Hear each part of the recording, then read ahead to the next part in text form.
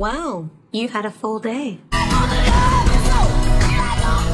Bonjour tout le monde, j'espère que vous êtes toutes et tous bien, ça me fait très plaisir de vous retrouver aujourd'hui pour une toute nouvelle vidéo et aujourd'hui il sera question de Drive Away Dolls, le premier film en solo de Ethan Coen, donc qui se détache ici de son mythique duo avec son frère Joel, bien sûr les frères Coen connus pour avoir réalisé notamment No Country for Old Men, Blue Simple que j'ai découvert il y a une semaine sur Grand Écran dans le cadre de séances cassettes dans les cinémas UGC, premier long métrage maîtrisé,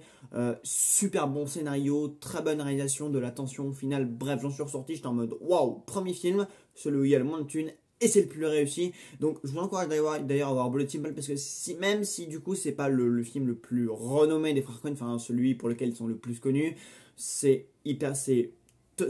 vraiment prenant, il y a vraiment des séquences comme ça où j'ai vraiment où où ton esprit est déconnecté du monde présent et où tu es à l'écran. Et moi j'adore vraiment quand à la fin je ressors des films en mode mais qu'est-ce que c'était que ce truc là. Et dans Doll ça m'a un peu près fait le même effet mais pour d'autres raisons. Enfin voilà. Donc ils ont fait ça, ils ont fait évidemment Inside Llewellyn Wisdom, Big Lebowski et donc du coup Ethan Coen donc co-signe le scénario avec sa femme Tricia Cooke du coup parce qu'ils sont deux frères, plus leur femme, plus la femme de l'un du coup, plus la femme du coup de Ethan qui a bossé avec eux sur certains projets. Voilà, donc l'histoire de Drive Away Dolls se concentre sur deux femmes lesbiennes, voilà, qui entament un road movie, mais elles ont avec elles des bagages un petit peu particuliers, puisqu'en en fait dans une des mallettes, il y a tout simplement des godes, voilà, donc des godes qui sont là en fait, qui sont pour un sénateur, et du coup, en ayant ce bagage assez particulier avec elles, du coup elles vont être poursuivies par deux agents du FBI aux méthodes un peu stupides, voilà, mais bon, de toute façon les personnages, aussi bien les protagonistes que les antagonistes, chez les frères Coen, ils sont tous assez ravagés, ils ont tous des méthodes donc tu comprends pas, c'est toujours des inspecteurs de police un peu stupides, etc. Enfin, parce que prenez juste l'inspecteur de police du coup dans Blood Simple, il est complètement abruti, enfin les personnages des frères Coen en général sont complètement abrutis, ils sont toujours un peu lunaires, ils réfléchissent pas, enfin c'est toujours des personnages qui sont tous à côté de la plaque, enfin surtout les antagonistes, les antagonistes secondaires ou même les protagonistes, enfin c'est toujours des personnages un peu décalés. Voilà, de toute façon les frères Coen sont des metteurs en scène très décalés qui écrivent des choses très décalées, où les personnages réfléchissent ou pensent et dont les actions tu te dis mais what, enfin tu te dis mais quoi, pourquoi, donc pour quelle raison ça se passe comme ça. Mais voilà, c'est un enchaînement d'aventures, c'est un enchaînement de péripéties que tu ne comprends pas, et l'entièreté de Drive Away Dolls c'est vraiment ça quoi. C'est un scénario où tu te dis mais what the fuck, mais dans quoi on est parti. Enfin c'est un gros délire, c'est un gros road trip bien délirant, bien relâché, où tu reconnais vraiment la patte Coen pour le coup, même si du coup il n'y a pas Joel derrière, où il y a du coup que Ethan et Tricia, mais tu reconnais quand même et tu dis ok, je suis bien quand même, je suis qu'avec un seul des frères, mais on est quand même, mais voilà, la patte Coen est quand même reconnaissable, parce que c'est quand même, ça parle quand même ouvertement de sexe, donc c'est un truc qui est quand même très cru, voilà, ça c'est très porté sur la chose, enfin les trois quarts du film c'est genre oh bah merde, alors on a deux nanas lesbiennes qui se trimballent avec une mallette qui est pleine de pénis, vraiment c'est vraiment ça quoi. Et donc l'histoire repose aussi sur la complicité du coup qu'il y a entre les deux nanas qui voyagent ensemble, parce que l'une autant elle vit sa vie sexuelle à fond, elle se tape des plans cul quand elle veut, enfin voilà, elle vit intensément sa vie, elle est bien dans sa peau, elle a pas de problème avec ça, autant sa copine, enfin du coup son amie plutôt, est vraiment très coincée, elle est aussi lesbienne du coup, mais elle le vit beaucoup plus, elle est coincée quoi, elle a beaucoup plus de mal à sortir de sa zone de confort, elle a besoin de beaucoup plus d'intimité, et voilà, du coup quand elle est confrontée à des situations un peu dans lesquelles son ami l'implique, du coup voilà, elle est en mode non c'est pas mon délire, et du coup l'intrigue va se concentrer beaucoup sur elle et sur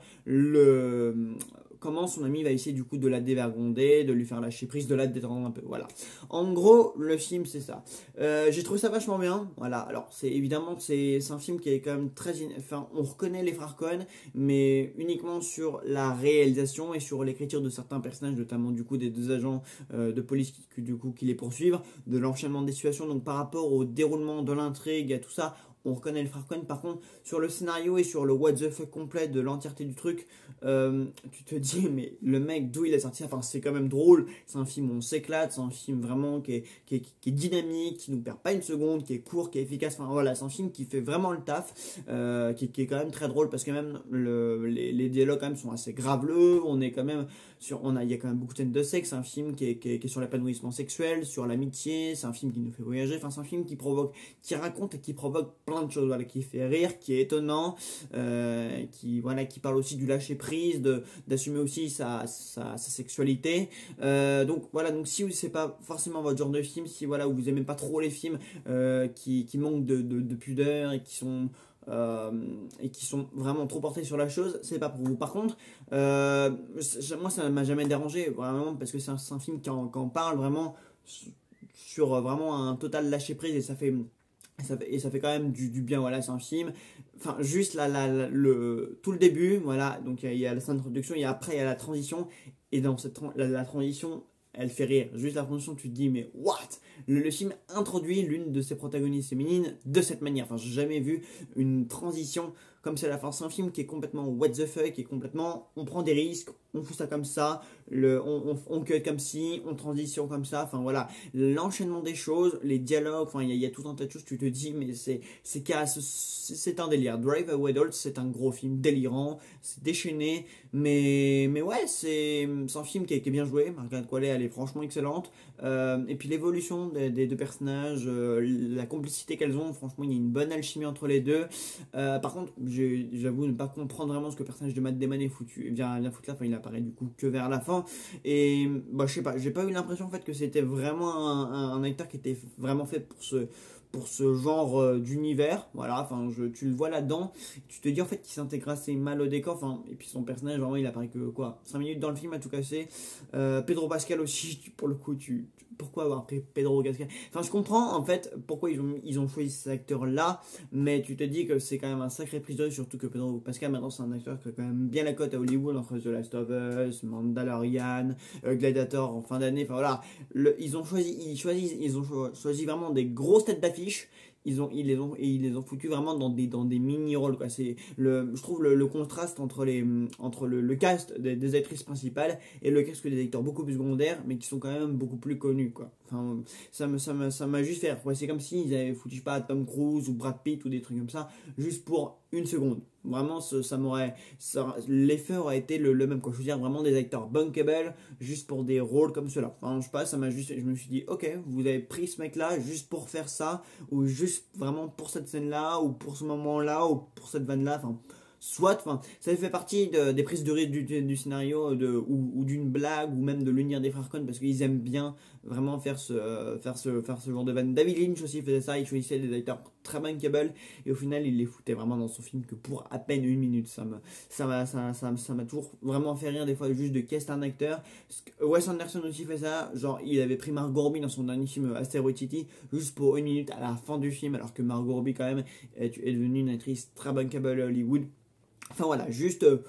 je sais pas si c'est vraiment pour la blague ou c'est juste fait exprès vraiment de prendre des gros noms et de les caster juste pour ça. Je me suis dit, mais il va y avoir un retournement de situation, il va y avoir un twist et on va nous révéler quelque chose à leur sujet. Enfin, ils vont revenir dans le film, c'est pas possible. Et non, même pas. Enfin, ou ils vont apparaître plus tôt dans le cas de concernant Matt Damon, du coup, qui apparaît vraiment que dans le dernier quart d'heure du film. Mais non. Mais oui, Drive Away Dolls, si vous aimez en général le cinéma des frères Coen, vous serez sûrement surpris de cette proposition. En même temps, c'est le premier film du coup de Ethan. Mais je pense que vous pourrez quand même aimer le lâcher prise dont il fait preuve ici, les prises de risque. Voilà. Faire un premier film comme ça, c'est quand même assez osé, quoi. Même si avant tu as travaillé sur d'autres trucs avec ton frangin, là tu passes du coup d'une filmographie comme celle du coup des frères Coen à l'un des deux du coup qui fait ça comme pour s'affranchir du coup de son duo culte. Ouais, franchement, ça, c'est une bonne proposition, c'est quand même intéressant dans les thématiques de repartir sur les codes du cinéma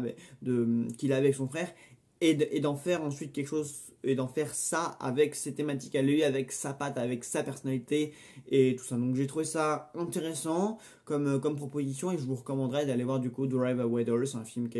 qui est marrant, qui est dynamique, et puis on s'ennuie pas. Ça, c'est vraiment drôle, on ne s'ennuie pas, et le film a quand même des choses intéressantes à raconter sur la communauté LGBT, sur les lesbiennes en général, sur le parcours d'une lesbienne qui a du mal à s'assumer. Enfin voilà, il y a plein de choses vraiment intéressantes à raconter là-dessus. Je vois très peu de monde en parler, alors que pourtant, c'est quand même les frères un Cohen qui fait un film, donc bon, je me suis dit quand même que ça devrait plus intéresser les gens, donc je vous recommande vraiment Drive Away Doll, c'est plutôt sympathique, enfin c'est même plus que sympathique, c'est même très bien. Voilà, bah écoutez, j'espère que la vidéo vous aura plu, et puis on se retrouve très très vite pour une nouvelle vidéo. Salut à tous.